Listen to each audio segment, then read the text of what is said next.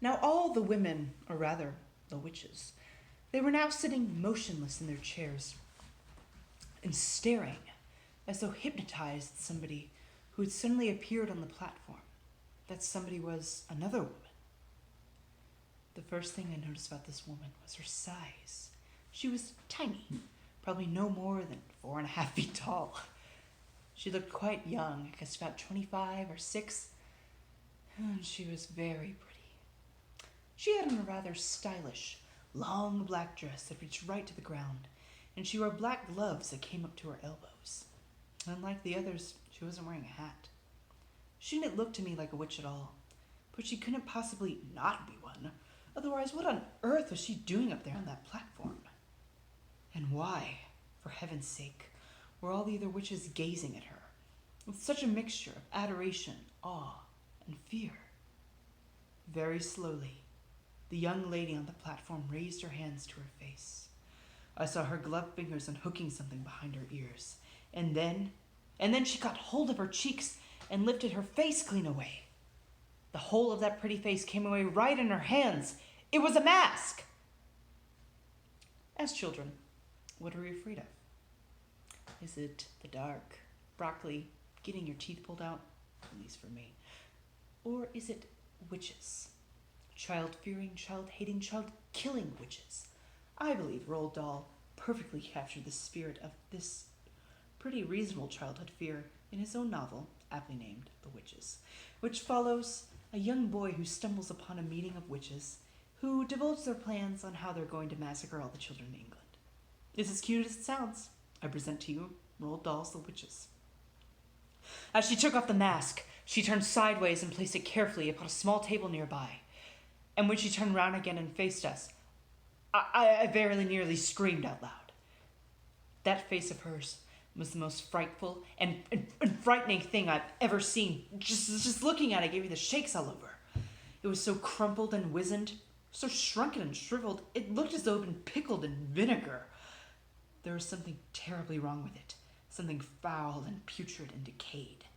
It seemed quite literally to be rotting away at the edges, and in the middle of the face, around the mouth and the cheeks, I could see the skin all cankered and worm-eaten, as though maggots working away in there. There are times when something is so frightful they become mesmerized by it and you can't just look away. I was like that now. But there was more to it than that. This was none other than the Grand High Witch herself. "The doors!" shouted the Grand High Witch in a voice that filled the room and bounced off the walls. "Are they chained? Are they bolted?" "The doors are chained and bolted, your grandness," answered a voice in the audience. "You may remove your gloves." Everyone in the room was peeling off her gloves. I was watching the hands of those in the back row. I wanted very much to see what their fingers looked like and whether my grandmother had been right. Yes, I could see several of them now. I could see brown claws curving over the tips of fingers. "You may remove your shoes."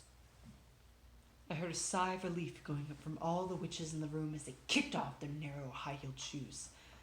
And then I got a glimpse into the chairs of several pairs of stockinged feet, square and completely toeless. "You may remove your wigs." There now appeared in front of me, row upon row of bald female heads, a sea of naked scalps, every one of them red and itchy looking from being rubbed by the linings of the wigs. I simply cannot tell you how awful they were. Heavens, I thought. Oh, help. Oh, Lord, have mercy on me. These foul, bald-headed females are child killers, every one of them.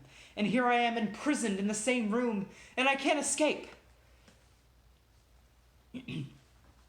"Witches of England," shouted the Grand High Witch. "Witches of England.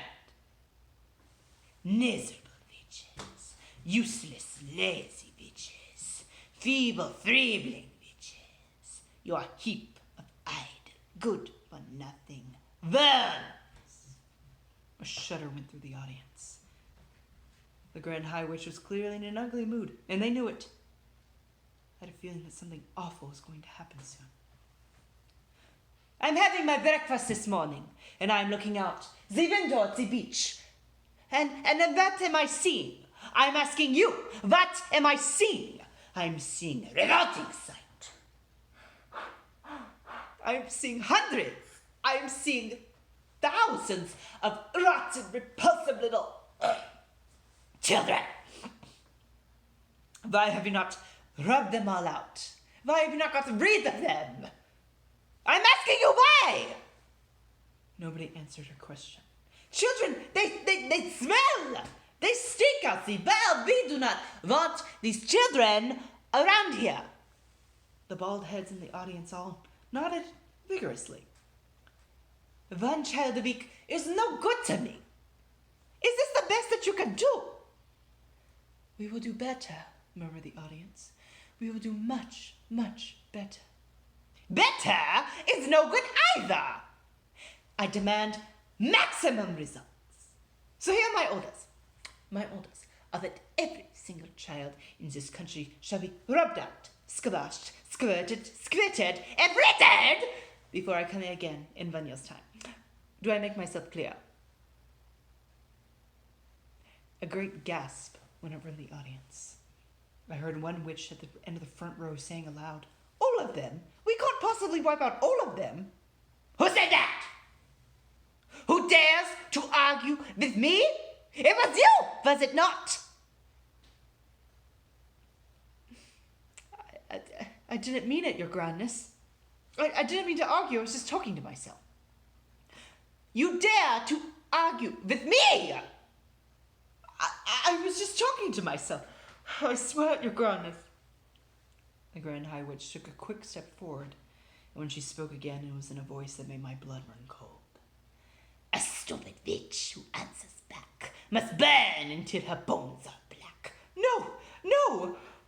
A foolish witch without the brain must sizzle in the fiery flame. Save me! An idiotic witch like you must roast upon the barbecue. Forgive me, oh, Your Grandness, I didn't mean it. A witch who dares to say I'm wrong will not be with us very long. A moment later, a stream of sparks that looked like tiny white hot metal filings came shooting out of the Grand High Witch's eyes and flew straight toward the one who had dared to speak. I saw the sparks striking against her and burrowing into her, and she screamed a horrible howling scream, and a puff of smoke rose up around her. It was a deathly silence. Frizzed like a fritter, cooked like a carrot. You will never see her again. So now, let's get down to business.